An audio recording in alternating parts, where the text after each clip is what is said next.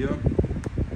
Today I'm gonna be replacing the brake pads, rotor, sway bar link, lower control arm, and lowering the car with the HR lowering spring.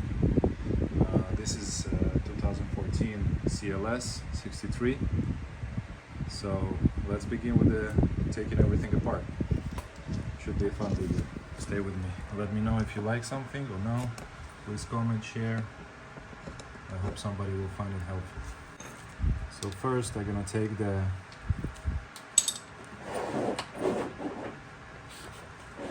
brake pads out, and I'm gonna be taking that middle pin, then the two pins on the up and down, and the sensor. Then we're gonna compress the pistons and open the reservoir, so we're not gonna create extra pressure there. Let's begin.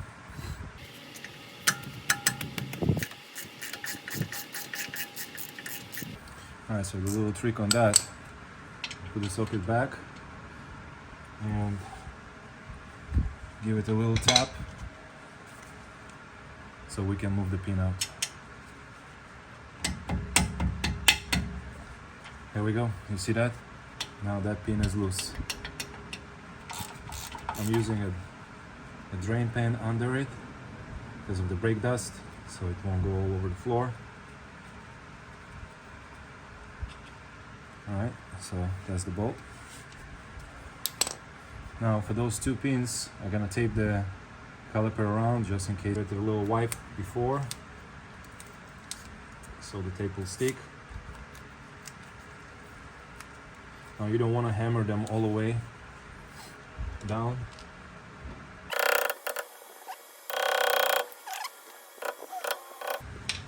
Let's see if I got any paint damage. So no paint damage here, that's nice. Alright, to relieve some of the pressure right now.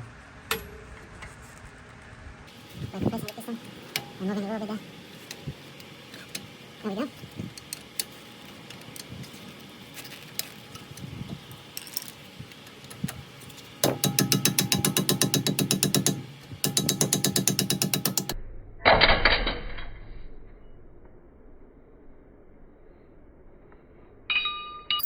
Alright, on the top one should be easier.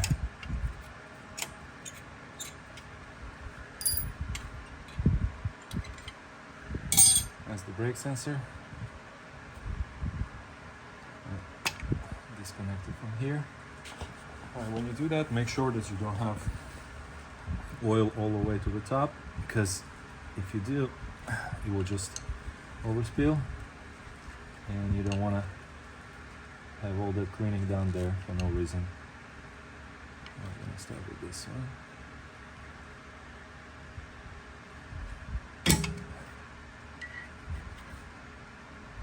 I'm not going to be reusing those pads or the rotors, so I don't care to stick a screwdriver and to do it the old-fashioned way, I guess, to say it.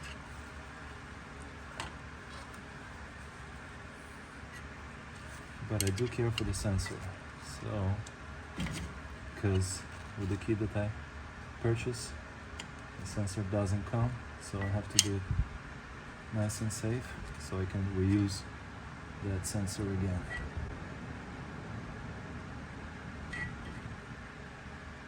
Just take your time.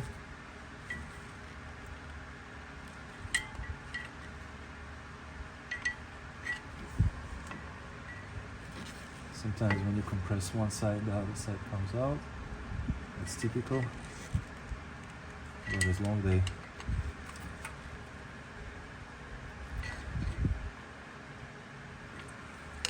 loose, just like that, take the pad out. And hopefully I'm going to be able to pull that sensor out without damaging it.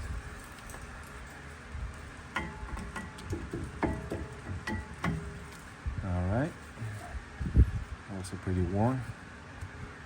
Now I'm going to take the caliper off. It's going to be 221 bolts holding the bracket in the back.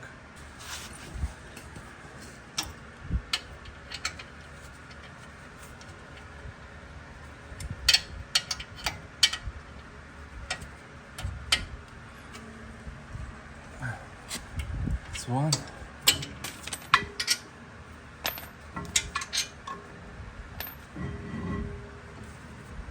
Okay.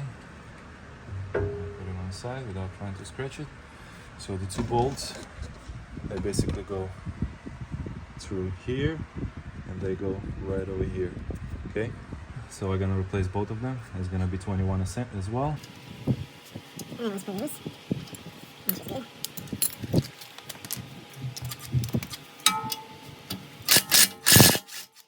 Okay. Let's take down the rotor. It's gonna be T30 and a few taps with the hammer. Okay.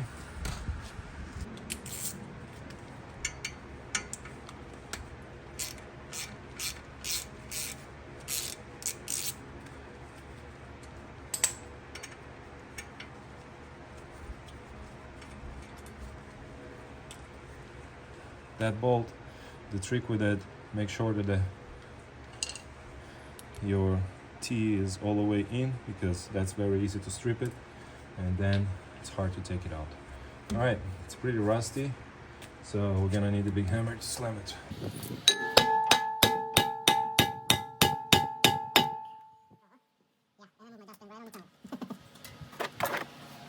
Okay, let's do it a little more.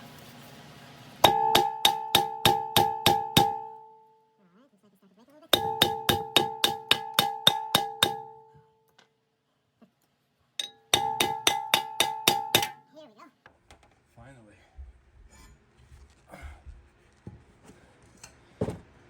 So the rotor pretty worn.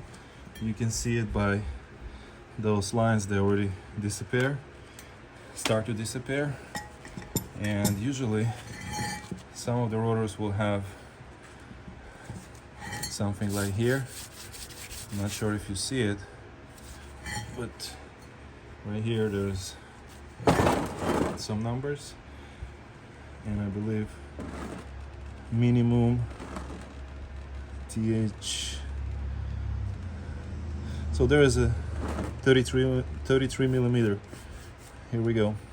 299 inch of an inch, or 33 millimeter. That's the minimum for the rotor. Well, like you measure here, and you can see the lip on them and all the grooves. So it's good time to get them out. To get my job easier, I'm gonna take those 3 screws off because I want to get to the shock and to the. I mean, you don't have to do it, but I just like to do it so I can actually clean it as well and give it a little extra. Those can be quite tricky because they do rust.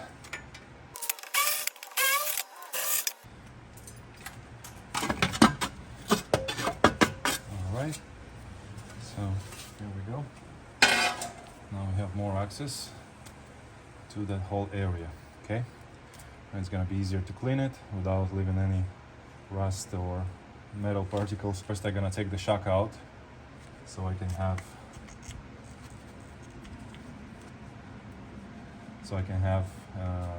still the control arms holding it, okay? So to do so, I'm gonna have to drop the 2 bolts right here, 3 bolts on the top, and then this bolt for the sway bar link, okay? Those gonna be 21, 21, and 30, I believe. Oh, sorry, 18 right here, I believe. Yes, the 18.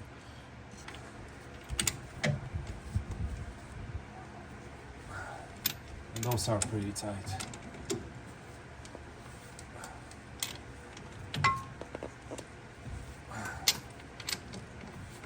Careful, damage your paint. That's the last thing that I would like to do. There you go. Okay, I'm gonna leave 1 bolt in because I want to take that from the top.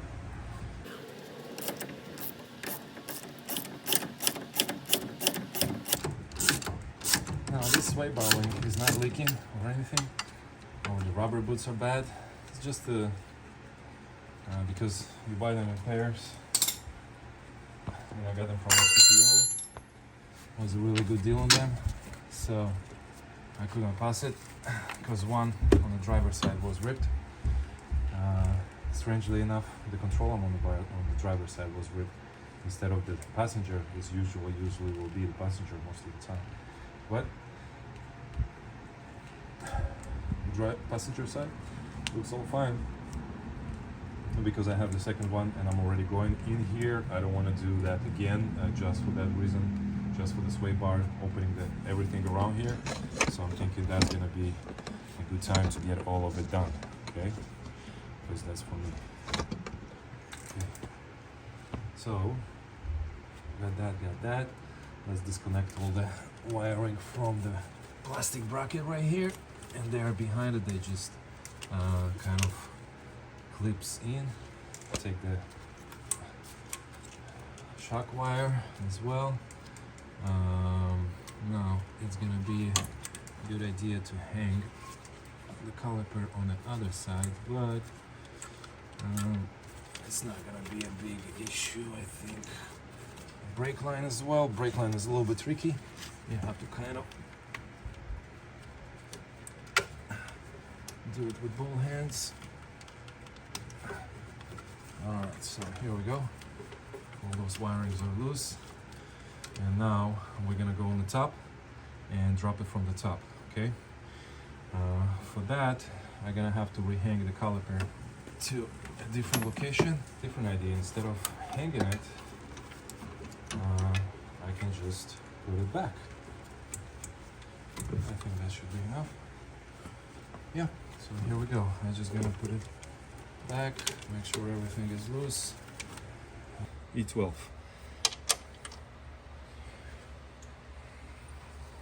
So it's not 13, it's E12. Now remember, we have one bolt left on the bottom, kind of 3/4 out of the way, so the shock won't drop all the way down, okay? But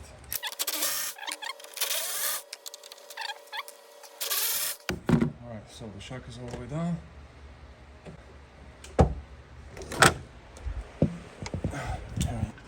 It would be much nicer to do that job on a lift, but I do not have one. I'm doing it all in my garage. Okay, so give it a lift. He's not a light guy. Nice and gentle. Pull him out of here. So here he is.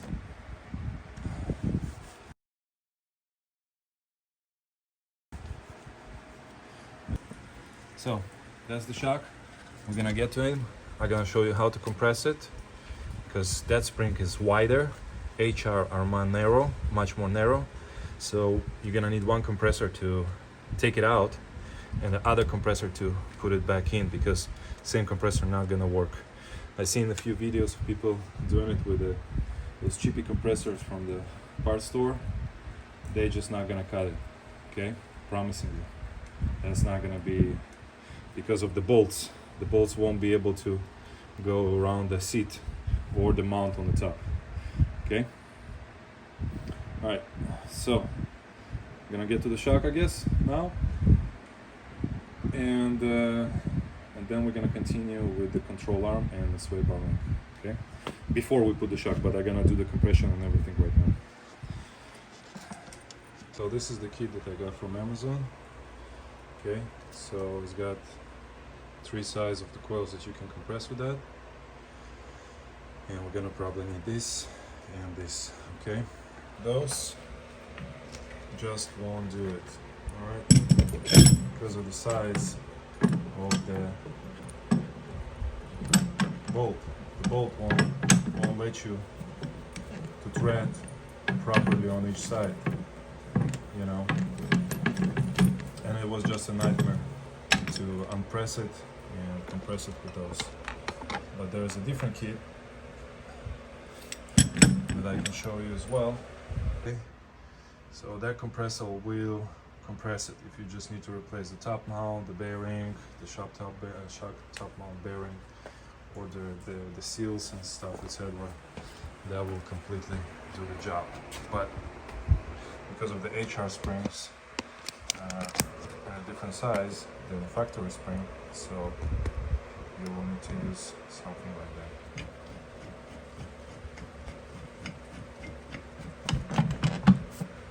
Need to make sure that it's all seated all the way properly.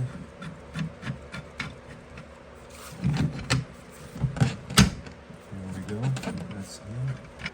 It's, if you see those pieces, they have the spring inside.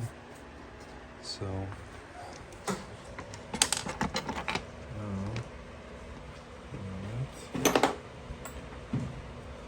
now wish me luck, guys. Not exactly free.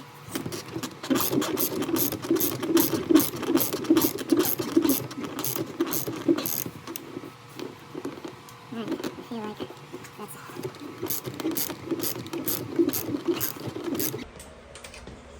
And that's a 21 as well.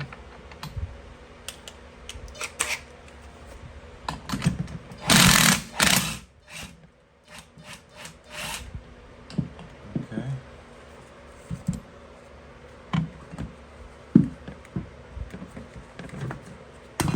Let's get the mount out. And now we're gonna keep the shock inside and we're gonna decompress it, okay?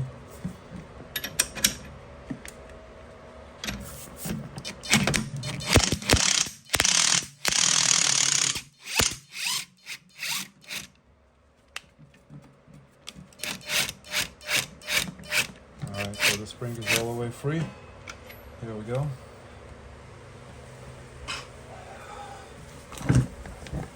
That's how you take it out. Actually, let me put it up here. There we go. There's the guy. That's pretty much the difference between them. Something like so. Okay. And if you see, that's how much wider this compared to this. Okay, so now I'm gonna clean the seal right here, this one, from all the dust, because it's just rubbing in, creating an extra, all the sand and everything. Top mount. As the bearing. And give it a little wipe as well. Okay. Go back in place with a little notch in here.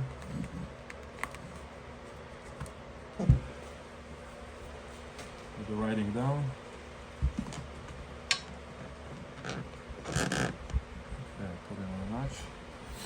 Have all that prepared.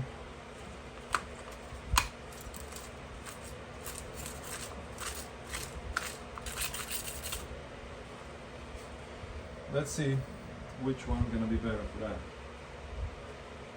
Those looks perfect.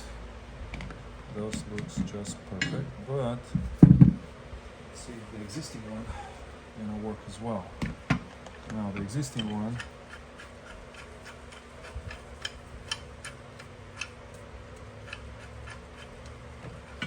by the way, I bought that tool used from Amazon that somebody returned it. And I'm like, got a good deal on it. So, yeah, actually the existing one catching it pretty good and tight as well. So I'm gonna try it with that before switching to a different one, okay? So it was discounted and it came out to be a pretty good deal for me. I do need that tool. Okay. So make sure all the seats all the way there. The spring is. You know what, guys? I'm gonna swap them. Not sure if they're gonna fit around the rubber. That's what it is. Actually, they seem pretty steady.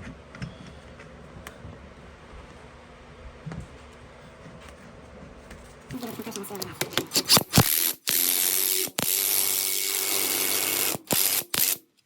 Now remember, that spring you want to compress it more. The reason being, it's a smaller spring, so you can put the mount on. You're gonna have to have more compression. Okay, yeah, we're all the way there.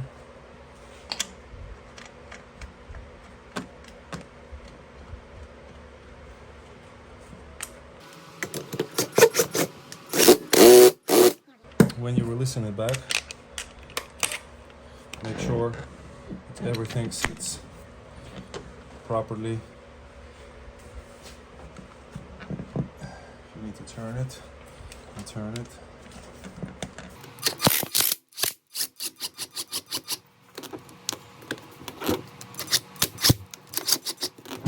I love it too.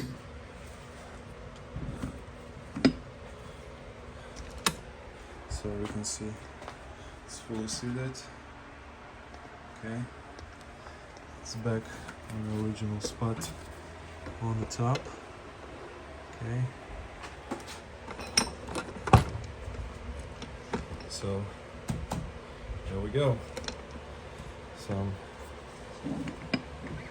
nice looking rolling springs. They're all straight, not curved, not crooked. Okay.